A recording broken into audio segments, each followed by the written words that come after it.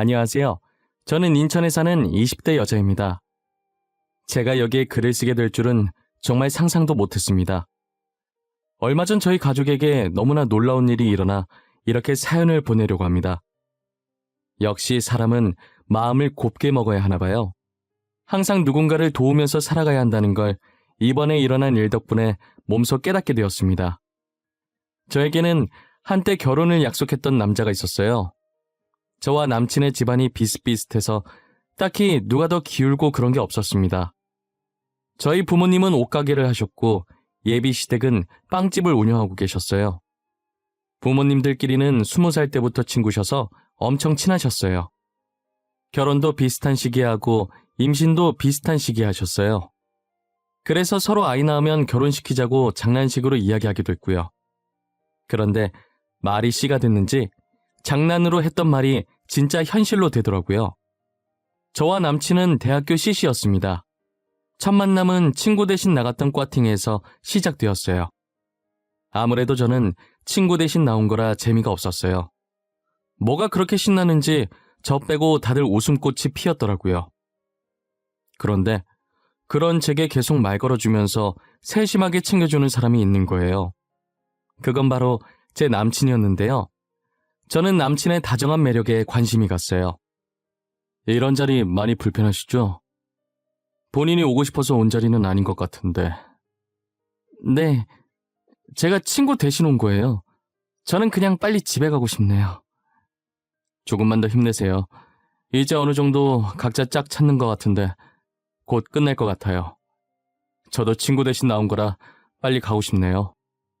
정말 남친의 말이 끝나기가 무섭게 각자 마음 맞는 사람과 함께 나가더라고요. 나중에 보니 저희 둘만 덩그러니 가게에 남아 있었어요. 드디어 끝났다고 이제 나가자고 말하면서 괜히 어색하게 웃었어요. 집 가는 방향이 같아서 둘이서 나란히 가고 있었어요. 아무 말 없이 가기엔 조금 어색했는지 남친은 제게 자꾸 말을 걸더라고요. 이상한 말을 하지 않아서 싫진 않았어요. 엉뚱해 보이는 매력도 있었고요. 혹시 원래 인천 사셨어요? 보통 대학교는 전국에서 와서 지역이 다 다르더라고요. 근데 찬미 씨는 인천 사람 같아서요. 네, 저 인천 토박이에요. 어떻게 아셨지? 인천 사람도 사투리처럼 티나는 뭔가가 있어요? 아니요, 그냥 제 느낌이 그랬어요. 왠지 모르게 인천 사람일 것 같은? 그런 게 어딨어요. 근데 바로 맞추니까 신기하긴 하다. 저런 시덥지 않은 대화를 하면서 갈림길에서 헤어졌어요. 저희의 첫 만남은 그렇게 지나갔어요. 얼마 지나지 않아 남친과의 두 번째 만남이 있었는데요. 남친과 저는 과가 달라서 겹치는 수업이 잘 없어요. 유일하게 같은 수업을 듣는 게 있었는데 그게 교양 수업이었어요. 2인 1조로 조를 만들었어야 했는데 아는 사람이 한 명도 없더라고요. 어쩌지 하면서 애꿎은 손톱만 뜯고 있었는데 갑자기 누군가 제 옆에 앉더라고요. 찬미 씨 오랜만이네요. 뒷모습 보고 긴가민가 했는데 진짜 찬미 씨였구나. 그러게요. 진짜 오랜만이네요. 수혁 씨도 이 수업 들으세요? 네. 혹시 같이 할 사람 없으면 저랑 하실래요? 제가 이 수업에 친구가 없어서요. 아는 사람이라곤 찬미 씨뿐이라. 그렇게 저희는 같은 조가 되었습니다. 처음 과제한다고 만났을 땐 조원이 2명뿐이라 데이트 같은 기분이었어요. 그 뒤로는 조별 과제 핑계로 자주 붙어있게 되었고 서로 마음을 확인하고 만남을 가지게 되었어요. 저희 둘은 결국 이렇게 될 운명이었던 것 같습니다. 그러다 데이트를 하던 중 길에서 저희 부모님과 마주치게 되었어요. 그런데 부모님께서 남친한테 아는 척을 하시더니 남친도 저희 부모님을 보고 놀라더라고요. 어머, 이게 누구야? 우리 수혁이 아니야? 얘는 갈수록 더 잘생겨지네. 뭘 먹고 이렇게 잘생긴 거야? 안녕하세요. 너무 오랜만에 뵙는 거 아니에요? 그동안 잘 지내셨죠? 못 본 사이 더 젊어지셨어요. 뭐야, 엄마가 수혁이를 어떻게 알아?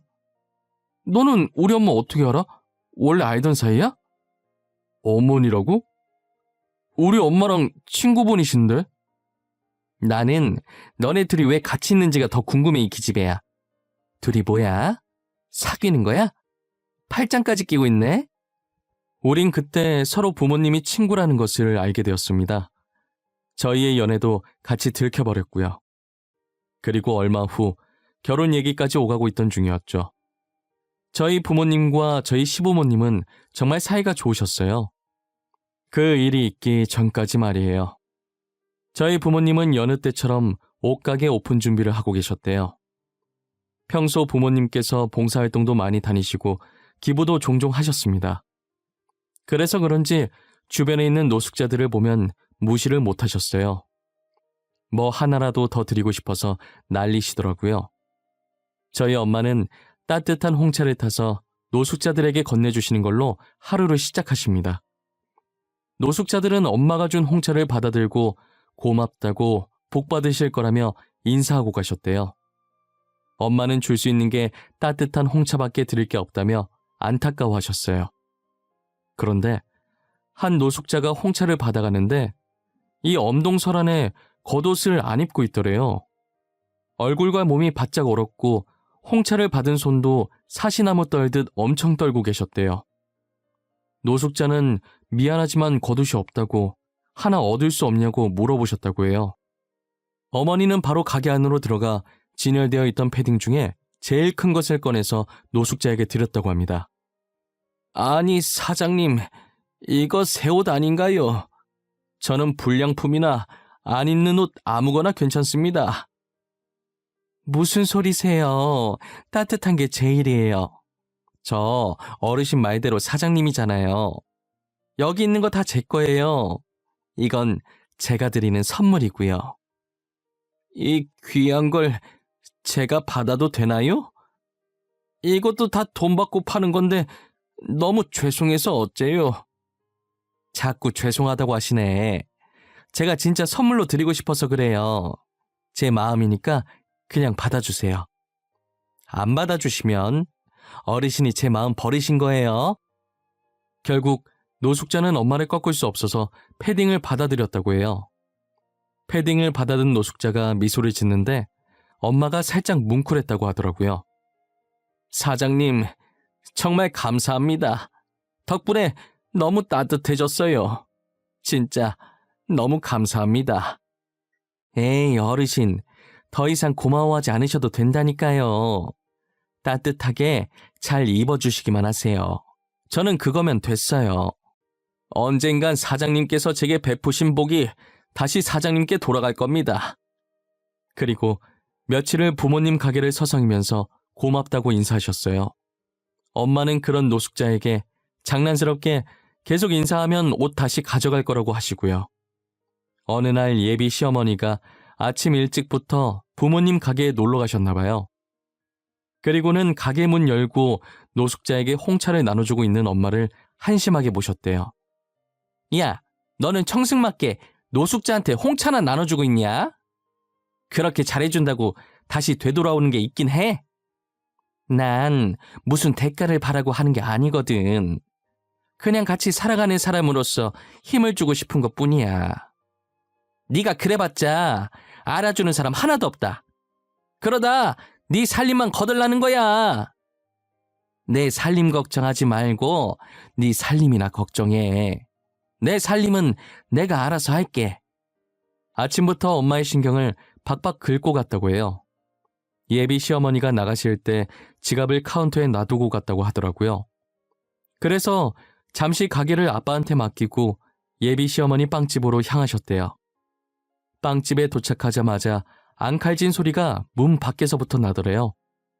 예비 시어머니는 어떤 손님한테 화를 내고 계셨대요. 뭐 때문에 이렇게까지 화를 내나 싶어서 가까이 가니 손님이 가지고 있던 돈이 빵 가격보다 턱없이 부족했어요. 죄송하지만 제가 가진 돈이 이것밖에 없어요. 이거라도 어떻게 안 될까요? 아니, 돈이 없는데 여길 왜 온대? 돈이 없으면 애초에 여길 오지 말았어야지. 죄송해요. 제가 빵이 너무 먹고 싶어서요. 이러면 안 되는 걸 알지만 이 돈만큼의 빵이라도 어떻게 얻을 수 없을까요? 안 된다는 거 알면서 왜 물어봐요? 안 돼요. 절대 못 줘요.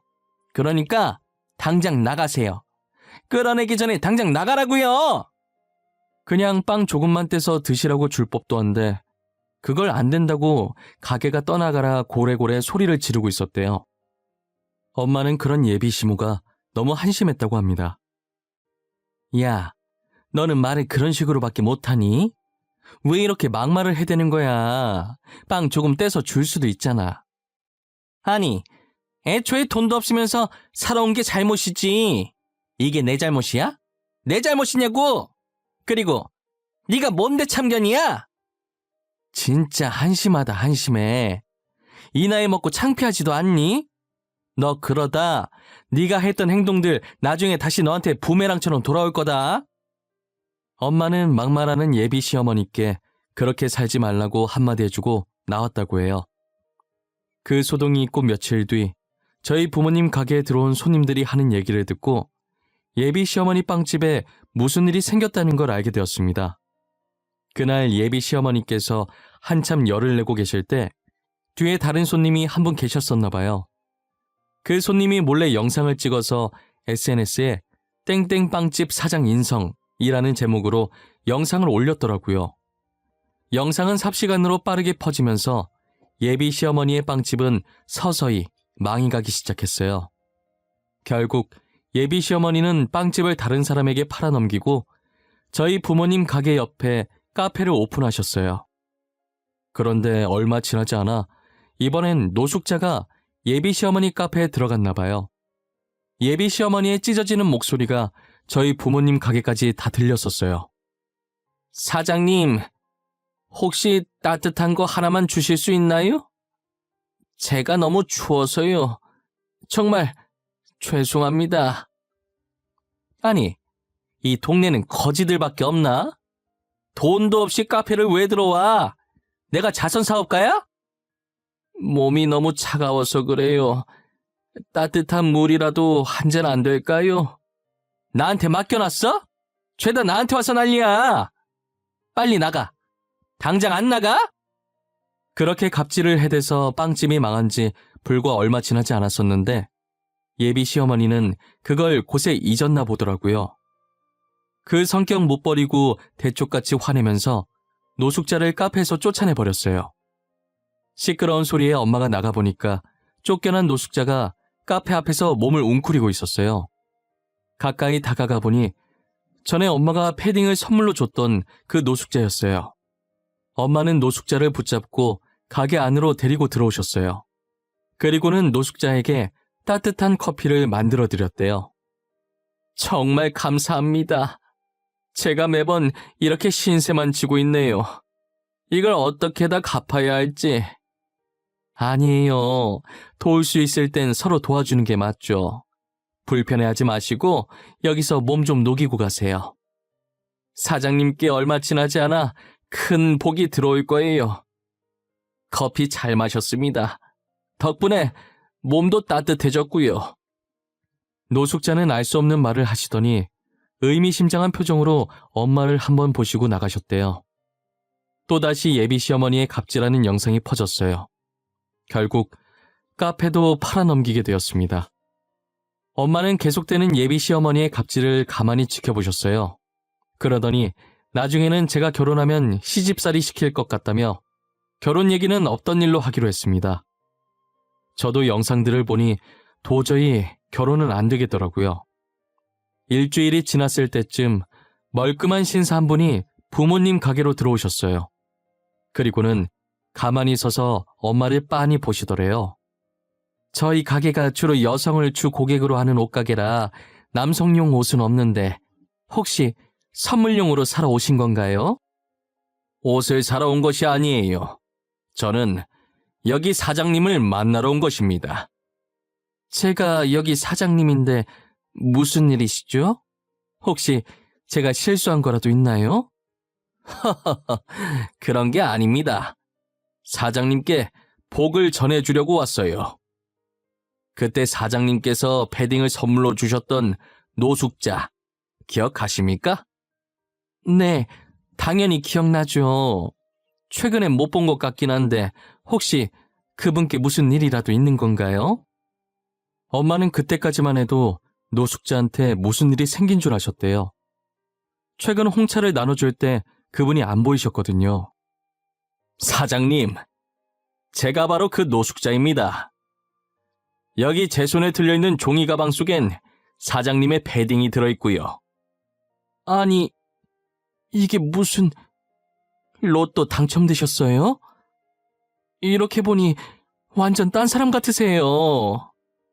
사실 땡땡 가구가 제 회사입니다.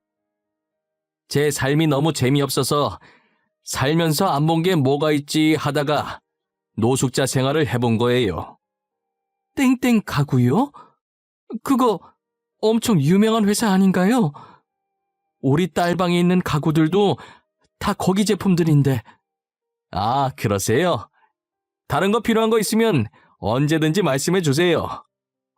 사장님께서 제게 그랬듯 저도 사장님께 선물을 드리고 싶습니다. 아유, 괜찮아요. 그런데 왜 저를 다시 찾아온 거예요? 패딩 돌려주시려고요? 패딩은 사장님께서 주신 선물인데 제가 잘 간직해야죠. 사실 제가 노숙자 생활하면서 이곳저곳 구걸을 많이 해봤는데 다 저를 내쫓았어요. 하지만 사장님만 저를 받아주셨죠. 그러더니 들고 있던 철가방을 어머니께 주셨대요. 꼭 자기가 가면 열어보라고 하시면서요. 이건 제가 사장님께 드리는 복입니다. 그동안 정말 감사했어요. 이건 제가 나가고 나면 그때 열어보십시오. 알겠어요. 종종 놀러 오세요. 또 따뜻한 홍차 맛있게 만들어서 드릴게요. 사장님 홍차 많이 생각날 겁니다. 다음에 다시 만나는 날이 오길 바랄게요. 엄마는 신사분이 가신 뒤에 가방을 열어보셨어요. 가방을 열어보는 순간 엄마는 지금 꿈을 꾸고 있는 줄 알았대요. 가방 속엔 돈뭉치로 가득 차 있었어요. 드라마에서만 보던 돈가방이었던 것이에요. 뒤늦게 정신 차린 엄마는 밖으로 나가보았지만 이미 신사분은 가고 없었죠. 그렇게 저희 가족은 순식간에 돈방석에 앉게 됐어요. 부모님 옷가게도 확장 이전하게 되었답니다.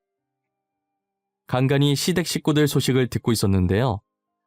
예비 시어머니 영상이 얼마나 인기가 좋았던지 얼굴이 알려져서 새로운 가게를 여는 족족 소문이 나서 망했대요. 그리고 저희 가족 소식을 들었는지 노숙자들만 쫓아다니면서 가식적으로 음식을 나눠주고 있다고 하더라고요. 하지만 돌아오는 것은 아무것도 없었다고 합니다. 정말 진심에서 우러나온 봉사를 해야 복이 오는 것이지 아무에게나 복이 다 가는 게 아니랍니다. 사람은 살면서 마음을 곱게 먹어야 하는 것 같습니다. 옛날 말 틀린 거 하나 없어요. 가는 말이 고와야 오는 말이 곱다는 속담이 괜히 있는 게 아니라니까요. 그리고 제게도 새로운 사랑이 찾아왔어요. 결혼도 코앞에 앞두고 있답니다. 정말 소름 돋는 게 지금 제가 만나고 있는 남친이 글쎄 그 신사분 막내 아들이었더라고요. 저도 몰랐다가 상견례 날 만나서 알게 되었어요. 저희 엄마가 음식을 대접하고 싶다고 상견례를 저희 집에서 했었어요. 초인종 소리에 제가 뛰어나가 문을 열어들었는데 주방에서 나오던 엄마가 소리를 지르시면서 들고 있던 국자를 떨어뜨리는 거예요. 놀란 엄마의 시선이 신사분을 향해 있었어요. 하지만 신사분은 전혀 놀라지 않으시더라고요. 마치 다 알고 있었다는 듯이요. 여기서 또 반전이 있었습니다. 제가 남친과 만나게 된 게 도서관이었거든요. 평소 책을 좋아해서 도서관에 자주 가곤 했어요. 별다른 일 없으면 거의 도서관에 있다고 보면 될 정도로요. 알고 보니 남친을 그 도서관에 보낸 게 신사분, 그러니까 지금 저의 예비 시아버지였던 거예요. 엄마 가게에서 저를 몇 번 보고 마음에 들어서 일부러 자신의 막내 아들과 붙여놓은 거였어요. 이 사실을 상견례할 때 사람 좋은 미소로 아무렇지 않게 말씀해 주시는 겁니다. 저희 가족은 너무 놀라서 아무 말도 안 나왔어요. 남친은 처음에 이런 식으로 아버지가 주선하는 게 마음에 안 들었대요. 잠시 만나고 끝내자 생각했는데 의외로 저랑 잘 맞아서 계속 마음이 가더래요. 그리고 저희 부모님을 만나보니 되게 좋으신 분들이라 가족이 되면 좋겠다고 생각했대요. 이게 다 예비 시아버님의 큰 그림이셨어요. 이제껏 운명이라고 생각하며 신기했었는데 아버님의 짜여진 각본이었다고 생각하니 웃겼어요. 어떤 인연으로 만나게 되었든 지금 저희는 행복하게 결혼식 날짜만 세고 있답니다. 결혼하면 남친이랑 틈틈이 같이 봉사를 다닐까 생각하고 있어요. 여러분들도 대가를 바라지 말고 순수한 마음으로 어려운 사람들을 도우며 살아보세요. 그러면 언젠간 그 선행들이 다 여러분들에게 복으로 다시 돌아가게 될 거예요. 제 이야기는 여기까지입니다. 언제나 행복하세요. 감사합니다.